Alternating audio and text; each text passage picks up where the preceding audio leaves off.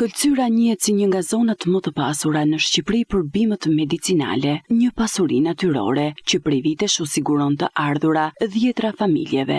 Në këtë zonë, prej më shumë se një dekade, Pelivanjaçe merret me grumbullimin e bimëve medicinale, duke bashkëpunuar ngushtë me banorët e zonës. Në çdo stin, natyra ofron lloje të ndryshme bimësh, por sipas Jaçes, mbledhja e tyre kërkon përkushtim dhe kujdes të veçantë në mënyrë që të ruhet cilësia dhe vlerat kuruese.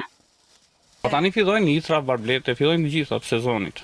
Se tani këto janë dy, rrenjë, rushkët dhe urthi ky sezon. Vetëm i grumullojmë i thajmë edhe jo i përpunojmë. Sa më mirë ta thash, sa më mirë ta ruash ngjyrën tëra, kam ecje tregu. Tani që është bear thahet në natyrë, po. Bimri është i vështirë. Do kushte specifike? Po, do kushte. Pa kushte s'bëhet asnjë gjë. Ka raste kur ju shkon malli dëm? Po ka raste. Ka që myket, kalbet. Sa e durash. Dimri i vështirë është. Përkat se ka që e shpjen për eksport jashtë. Banorët ja din shumë vlerën, po si ka vajt punë euros e dollarit. Po vlerën ja din shumë mirë ata, po s'ka njerëz kush të vetëm mbledhi me. Pavarësisht potencialit të madh që ka kjo zonë, sfidat nuk mungojnë. Sigurimi i fuqisë punëtore mbetet një ndër problemet kryesore, sidomos gjatë sezonit të mbledhjes.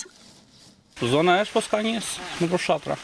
Janë shkatruar fshatra, s'ka. Po të ke popullsi, është më mirë. Po si janë bërë vendi, s'ka njerëz. Kush vete? Moshe trete është tani, 60 vjeç e lart. Rini s'ka me.